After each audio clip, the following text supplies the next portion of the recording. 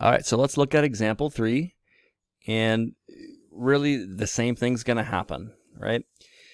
We have a quadratic equation that we want to solve, and we have several different tools in our tool belt to solve a quadratic equation.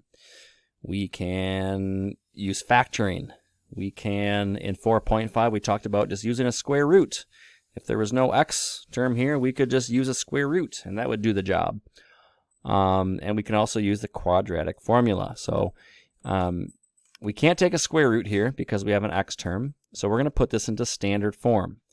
We're going to take negative x squared plus 4x. We're going to subtract 5 from both sides. So this equals 0. And now, again, we have two options again. We could try to factor this. It kind of looks like it can be factored, right? Because you have negative 5 and it has to add up to 4 here. But we have an a value that's negative 1. So deceptively, if we tried it, it doesn't actually factor, right? You can try that if you want. But we're going to go ahead and take out the quadratic formula, which is kind of equivalent to like the power drill here. It's going to solve really any problem that we want to. And so let's do that. We have the quadratic formula that we're going to use, which is negative b plus or minus the square root of the discriminant, b squared minus 4ac, all divided by 2a. So we go through this problem and, again, calculate the discriminant, b squared minus 4ac. Well, my b value is 4. My a value is negative 1. My c value is negative 5. So going back to the discriminant, we're going to have b squared, which is 4 squared minus 4 times negative 1 times negative 5. And this is going to equal 16 minus 20, which is going to give me a negative 4. So my discriminant here is negative 4. Again, we think about that. We talked about in the first, that chart that we talked about before. This means that I'm going to have two answers, but the two answers are going to be imaginary solutions. Okay, so keep that in mind as we continue now this process of plugging in everything into the quadratic formula. So let's go ahead and do that. The opposite of b, which is negative 4, plus or minus the square root of the discriminant now, which is negative 4, all divided by 2 times a.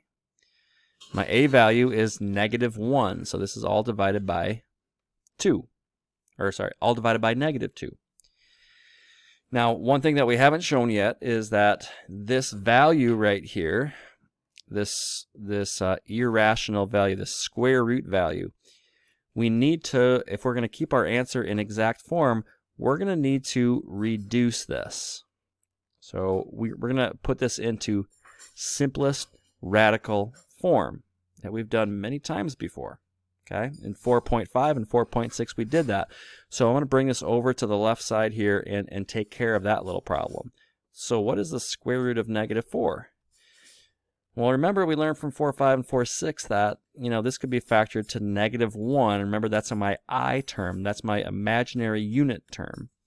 And times root 4.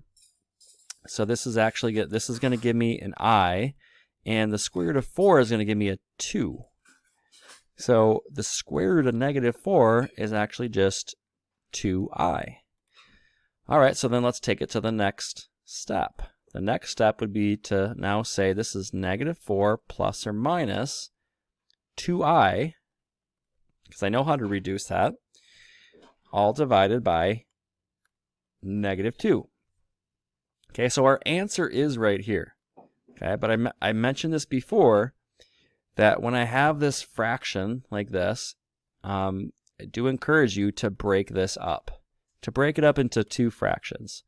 So what I'm going to do is I'm going to take negative 4 divided by the denominator, negative 2, plus or minus 2i divided by the same denominator, -2.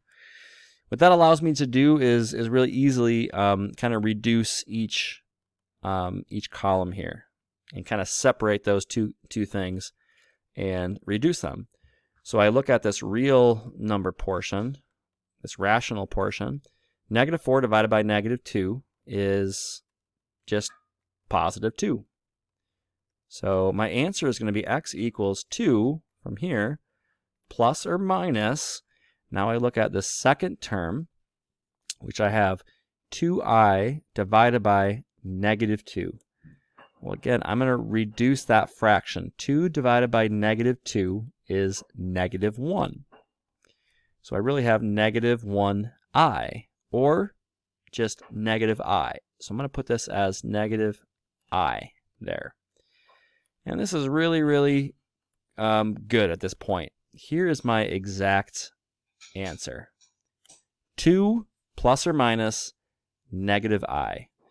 Now, if you think about it, this would be equivalent. This is kind of redundant to say plus or minus a -i.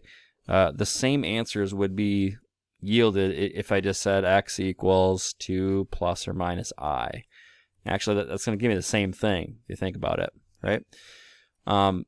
Either way is fine here, but my two answers are 2 plus or minus -i. Now, if I think about what does the graph look like in this situation, right? Because my answers are imaginary, right?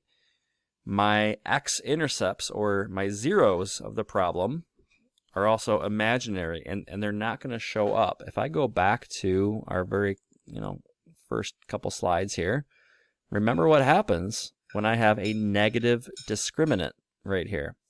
That means I have two imaginary solutions, which we just showed. There was an I in the problem. And if I graph this, there should be no x-intercepts, right? At least on the real number line.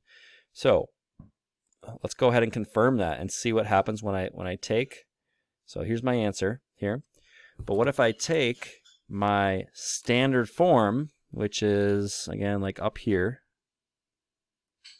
that I just circled? What if I graph that back in Desmos? So let's go ahead and see what Desmos has.